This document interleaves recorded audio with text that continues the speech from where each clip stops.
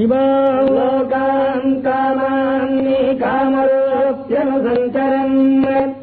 एतत्सामगायम् नास्ते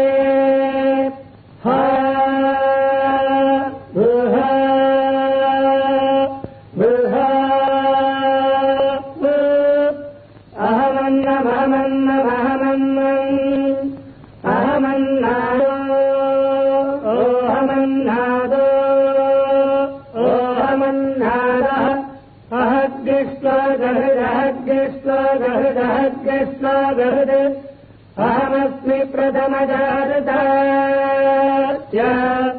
पूर्वम् देवेभ्यो अमृतस्य न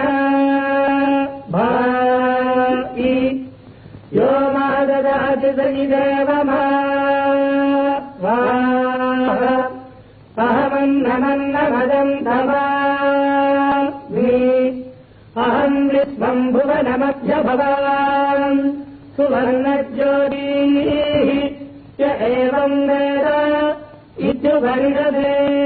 हिरण्यवर्णाम् हरिणीम् सुवर्णरजस्रजाम्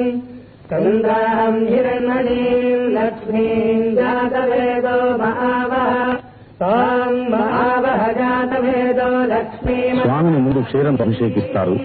తరువాత చందనం సమర్పిస్తారు, పై తీర్థంతో అభిషేకిస్తారు. అశ్వపూర్వాम् వదభద్రాम् హస్తినాథప్రబోధినీम्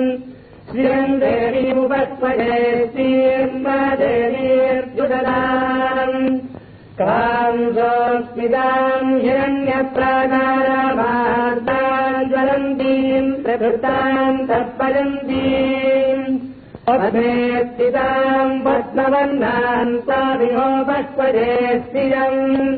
चन्द्राम् प्रभासायजसाज्वलन्तीम् श्रियम् लोके देवदृष्टामुदाराम्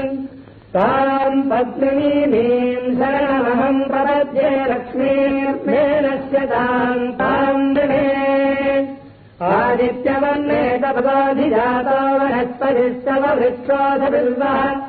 तस्य फलाहितपदानुगम् आगान्तधराश्च वाक्या लक्ष्मीः उपैदुरान् देवतः कीर्तिश्च मणिनाथा महादेव्यै च विद्महे विष्णुभक्त्यै च धीमहि तन्नो लक्ष्मीः प्रचोदयात्